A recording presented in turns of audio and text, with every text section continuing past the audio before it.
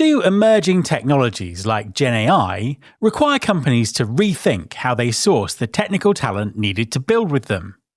What if the answer to tech talent scarcity isn't searching harder for experienced professionals, but thinking differently about early career recruiting and development? Keep listening to find out how leading tech companies are solving these critical talent shortages. Support for this podcast comes from Vonk. Vonk is transforming recruitment advertising with a results-driven platform that helps employers attract, vet, and shortlist top-quality candidates efficiently.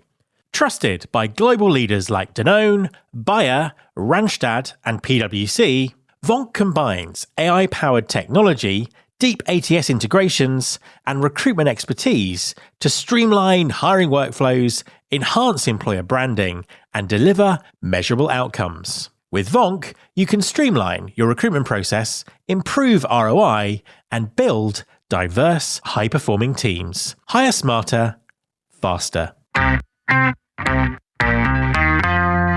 There's been more of scientific discovery, more of technical advancement and material progress in your lifetime and mine than in all the ages of history. Hi there, this is Matt Alder. Welcome to episode 702 of Recruiting Future, the podcast that helps talent acquisition teams drive measurable value by developing strategic capability in foresight, influence, talent, and technology. In this episode, we'll be focusing specifically on talent. Skill shortages in emerging technologies have reached critical levels, with companies all fishing in the same tiny talent pool for experienced professionals. But with these technologies being relatively new, why do we assume that only experienced talent can work with them? In such fast-moving industries, how can companies develop their early careers hiring strategies to ensure they get net new talent who can be productive immediately? My guest this week is Tan Morphy, CEO of Rivature. Rivature is helping employers build pipelines of entry-level talent by giving potential hires the training and development they need to be effective from their first day. In our conversation, Tan gives us an insight into a structured approach to identifying, developing, and deploying new tech talent, which is transforming how organizations solve their tech talent shortages. Hi, Tan, and welcome to the podcast. Matt, pleasure to be here. It's a pleasure to be talking to you. Please, could you introduce yourself and tell everyone what you do? Certainly. Tan Murthy, CEO of Rivature, with over 3 decades of experience in the IT world, working on different areas, but most importantly, the passionate one is about talent development. So at Rivature, we are in the business of helping clients build a pipeline of day one productive AI native entry-level talent, and also helping them with upskilling existing employees, both of which reduce the total cost of human capital and increase retention for our clients. We do this for the Fortune 1000 and the global systems integrators, and enjoy what I do for Rivature, and I'm looking forward to our conversation. Absolutely, and it's a really fascinating topic for me as well. So let's start with this. I mean, do you think that we have genuine talent shortages, or are employers just looking at things through the wrong kind of lens? It's a bit of yes and no, and then let me explain. Yes, in the sense that the number of people clients are looking for who have the ready skills to work on these new technologies don't exist. But that doesn't mean that there are not people who can be trained to do that.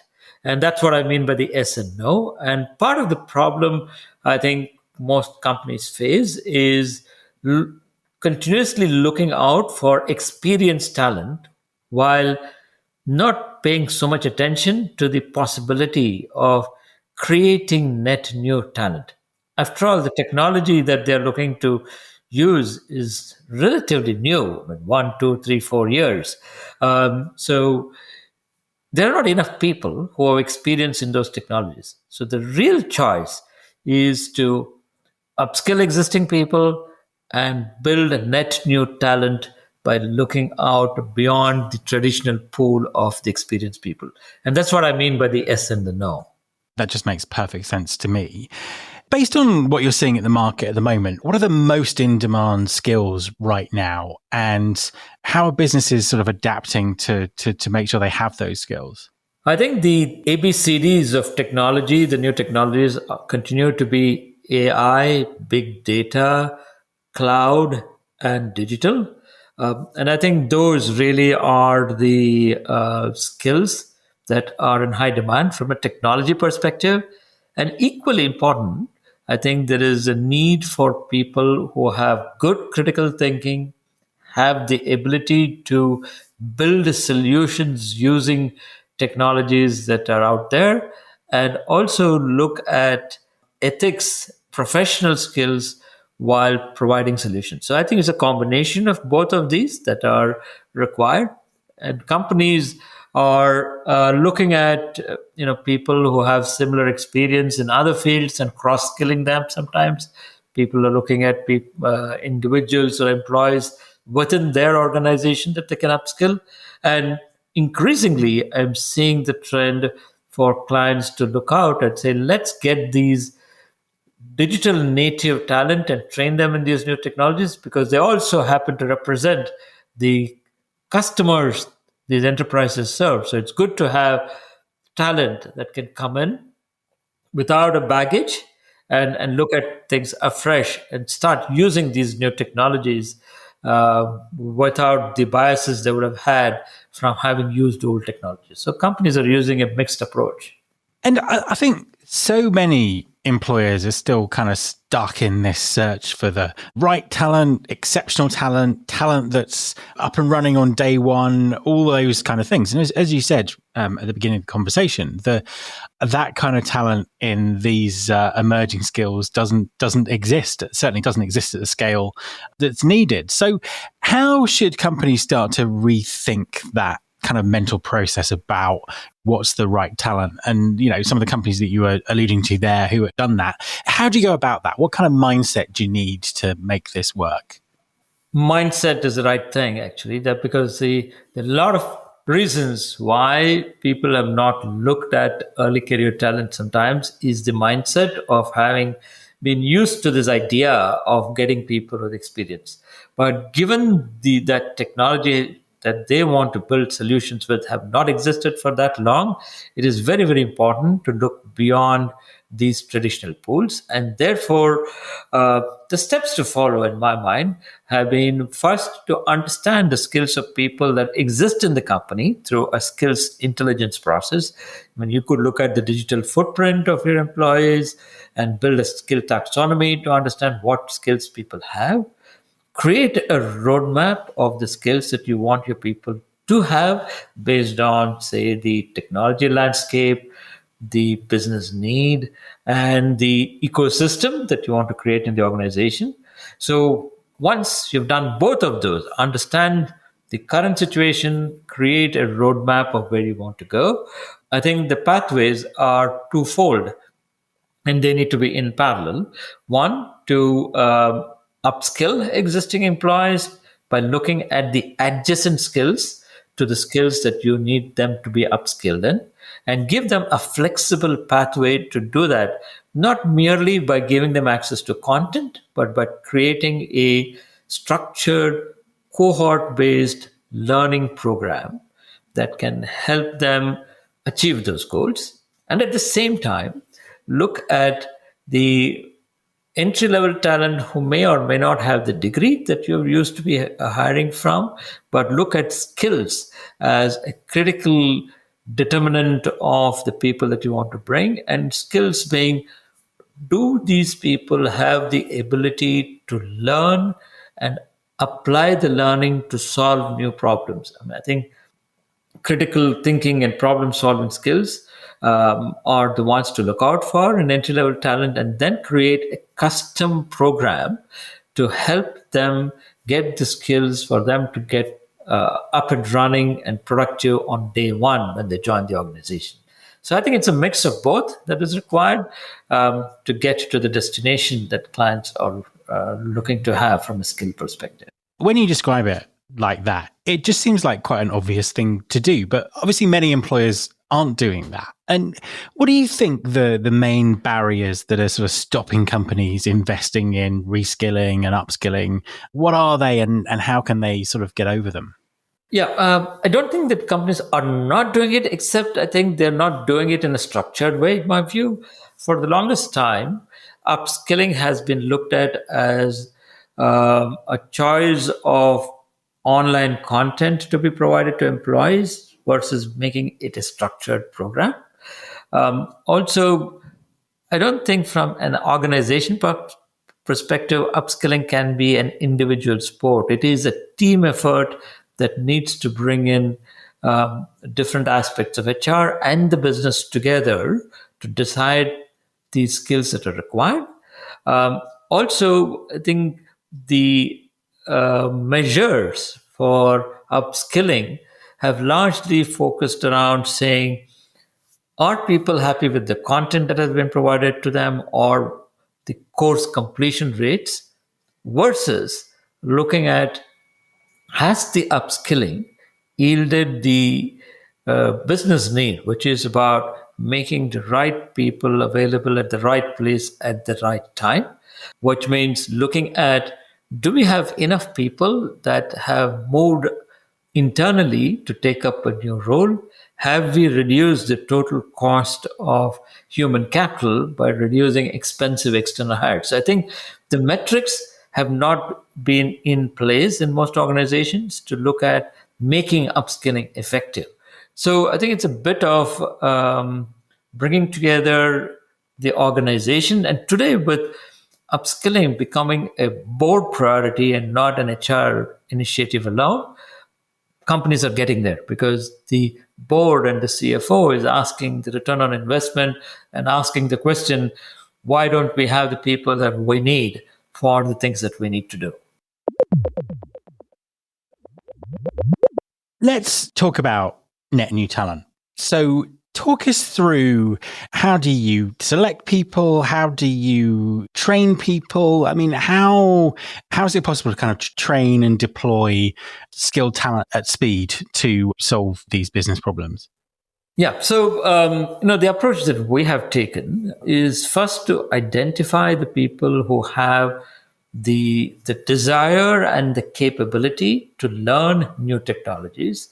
And we do that by offering 200 hours of free training on our platform, where we get to observe the people while they are going through the learning process, understanding, are they disciplined enough to learn? Are they doing the assessments that have been given to them?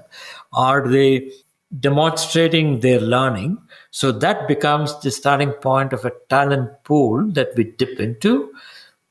When we engage with a client to create this new talent for the client, we start by working with the client to understand what is required of them in the first year, create a custom curriculum that is required for these people to be skilled in, and then go back into this pool of talent that we have assessed, dip into that to assess them further, and then identify from among them the best for the technologies that we are going to do for this specific client, and then start the training process.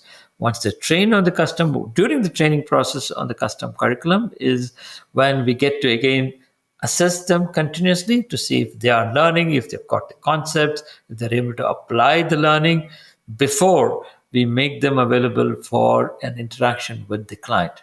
So what this has done from an organization perspective for a client is taken out the guesswork from hiring, taken out the effort required to identify the best talent for them, and ultimately pick the people that are best suited for their organization. I mean, you must have a huge amount of data from that in terms of how people learn, spotting potential, all those kind of things. What kind of role does technology and data play in this kind of whole world of upskilling and also kind of, longer term workforce planning? Yeah, so for us, for an upskilling perspective, a lot of time it is about the adjacent skills. And so kind of looking at what skills and what prerequisites help individuals perform better in a new skill is an important element. At the entry level, it is about observing the ability to solve problems while they are doing this 200 hours of free training is a key data element. Comes into play for us to decide who are the right fit for the organizations that we are working with. So you're right. So data is an important element, and data is also an important element for our clients, because even when they have a cohort that they ask us to upskill, we're able to share with them the pace at which different learners are learning, the pace at which the talent is available to them, because we show them dashboards every week about the progress each one of their employees are making against the training. And all of that data plays a role in clients being able to pick and choose the people they want to put on critical engagements. Final question for you. What does the future look like? So we're seeing kind of increasingly different ways of thinking about talent. We're seeing AI disrupting everything in the workplace. Where are we heading? What do you think the future looks like in terms of talent? I think the future talent is a combination of people and machines, and therefore the ability to augment individual capabilities with what AI can provide. It's also about letting technology do what it can do, and therefore ensuring that the upskilling is only for skills that are required for humans to do, right? Therefore, if you want to take the skill base of an organization, it has to be a combination of both humans and machines. That will be the total skill base of an organization. And I think that's what the future will be. Tan, thank you very much for talking to me. Been a pleasure, Matt. Thank you for having me on the call. My thanks to Tan. You can follow this podcast on Apple Podcasts, on Spotify, or wherever you get your podcasts. You can search all the past episodes at recruitingfuture.com. On that site, you can also sign up for our weekly newsletter, Recruiting Future Feast, and get the inside track on everything that's coming up on the show. Thanks very much for listening. I'll be back next time, and I hope you'll join me.